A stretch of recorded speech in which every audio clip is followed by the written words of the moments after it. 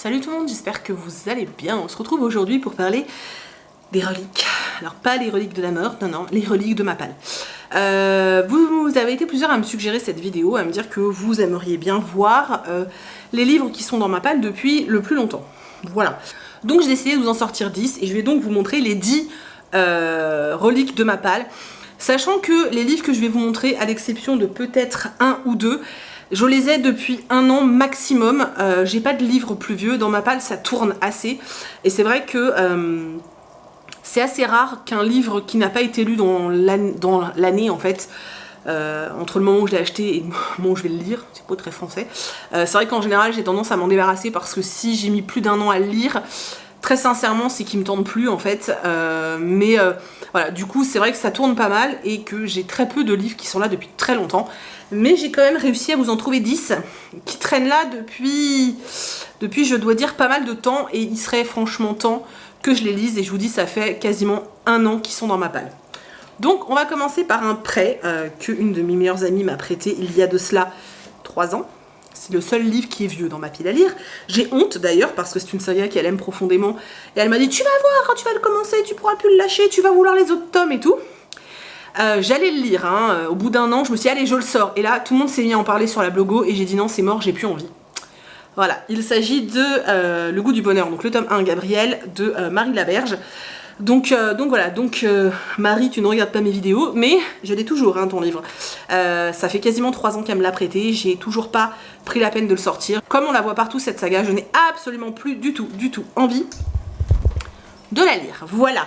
Mais c'est un prêt, il faudrait quand même que je me bouge le fion, que je tente le coup, parce que ça se trouve, je passe vraiment à côté de quelque chose. Juste parce que je veux pas suivre. Voilà. Un livre que j'ai depuis très longtemps dans Mappal, La quête des Willan, le tome 1. Alors je sais pas, est-ce que c'est la quête ou le monde des Willan en premier, j'ai pas regardé. De toute façon, j'ai le tome 1 de chaque. Donc j'ai le tome 1 de la quête des Willan et j'ai le tome 1 du monde des Willan. Je n'ai jamais lu les Willan, ne me tapez pas. Ça fait très longtemps qu'il est dans Mappal, hein, ça fait presque 1 an. Et à chaque fois, je me dis, ouais, je vais m'y mettre, mais je sais pas pourquoi je m'y mets jamais. Pourtant, je suis quasiment certaine qu'une fois que je vais m'y mettre, je vais vouloir tous les enchaîner. Et je suis sûre que dans les commentaires, vous allez tous me dire, mais qu'est-ce que tu fous, lis-le! Mais ouais, faudrait que je m'y mette.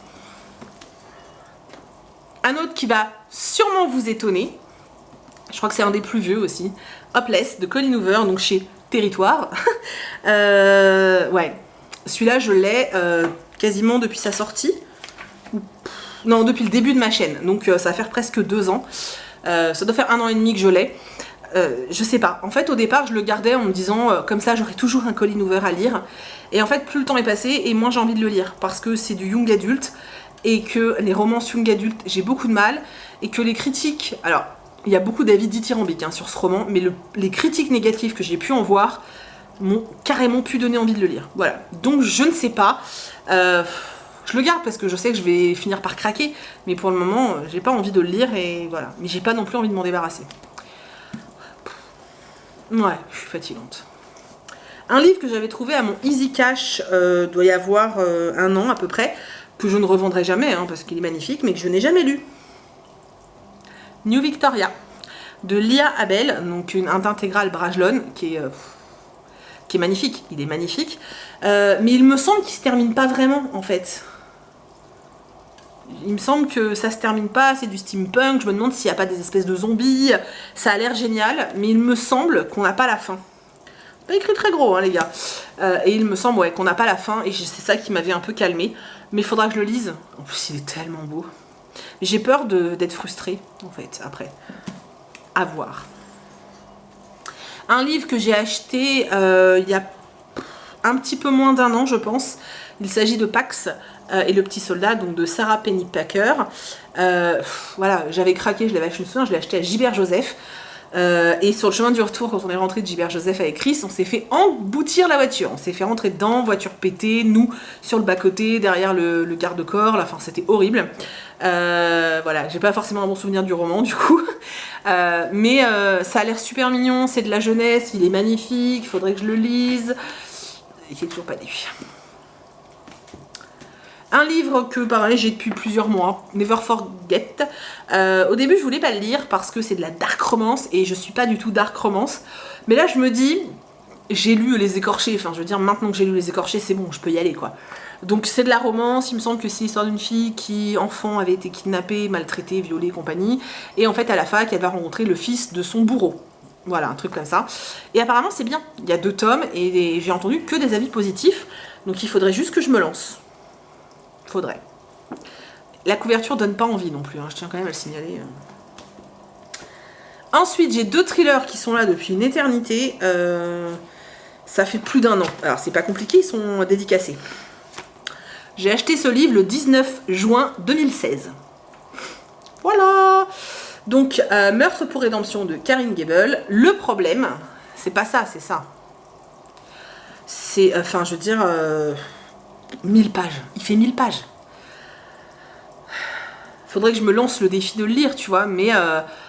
en plus, en ce moment, j'ai du mal avec les lectures dures. Et c'est vrai que je me dis, Karine Gable, elle est loin d'être tendre. Et à mon avis... ça va pas être... voilà. Et il me fait super envie, hein. Mais...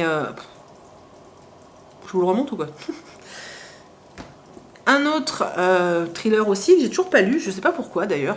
Les cendres froides de Valentin Musso, que j'ai dû acheter le même jour. Il est dédicacé, je crois. Le 19 juin 2016. Donc voilà, c'était à Saint-Maur-en-Poche. Donc je l'ai acheté le même jour que Karine Gable. Et il est toujours dans ma palle. C'est magnifique. Je crois qu'il y a une histoire de... un rapport avec la Seconde Guerre mondiale, je sais plus trop. Mais en plus, j'adore Valentin Musso, donc c'est n'importe quoi. Faudrait que je le sorte. Je vais vous dire ça pour chaque livre. Un que je garde, et je sais pas pourquoi je le garde, parce que j'ai plus envie de le lire. Mais j'ai l'impression que si je m'en débarrasse, je vais avoir envie de le lire. Je me fatigue. Donc il s'agit de Le Dernier Brûleur d'étoiles de Sophie Van Pigel, qui est une bricasse. Tout le monde, pareil, a trouvé ce livre fantastique, génial, extraordinaire. Moi, j'ai freiné des 2 pieds parce qu'il est balèze. Ouais, il est balèze. Donc ça m'a fait un peu reculer. Plus j'attends et moins j'ai envie. Le truc, c'est qu'en fait, tout le monde me dit qu'il est génial, donc il faudrait peut-être que je me motive. Il faudrait. Mais pour l'instant, c'est pas le cas. Et le dernier, j'ai honte. Mais j'ai vraiment honte. Voilà. Un éclat de givre de Estelle Faye. Alors celui-là, ça doit pas faire 1 an que je l'ai, mais pas loin. Et je me souviens que quand je l'ai eu, puisque c'est Chris qui me l'a offert, je m'étais dit, je le reçois, je le lis. Il est toujours dans ma palle. Alors après, j'adore les livres du Mouton électrique. Le problème, c'est le format. C'est très compliqué à lire. Je me tâte à ne pas l'acheter en poche pour pouvoir le lire, puisqu'il est sorti avec une couve magnifique aussi. Donc je me tâte. Mais voilà. J'ai toujours pas lu Un éclat de givre. Donc voilà, je vous ai montré les 10 grosses reliques de ma palle. Comme vous pouvez voir, c'est pas non plus des super vieux livres, à part 1 ou 2, mais voilà, c'est vrai que ça tourne assez dans ma pile à lire. C'est vrai que j'ai la chance de lire vite et beaucoup, donc j'arrive à faire tourner, et heureusement, sinon je déprimerais. J'espère vraiment du coup que la vidéo vous a plu. N'hésitez pas à me dire dans les commentaires quels est genre les 2 ou 3 plus vieux livres que vous avez dans votre pile à lire. Ça m'intéresse vraiment. Je me sens moins seule quand même, hein.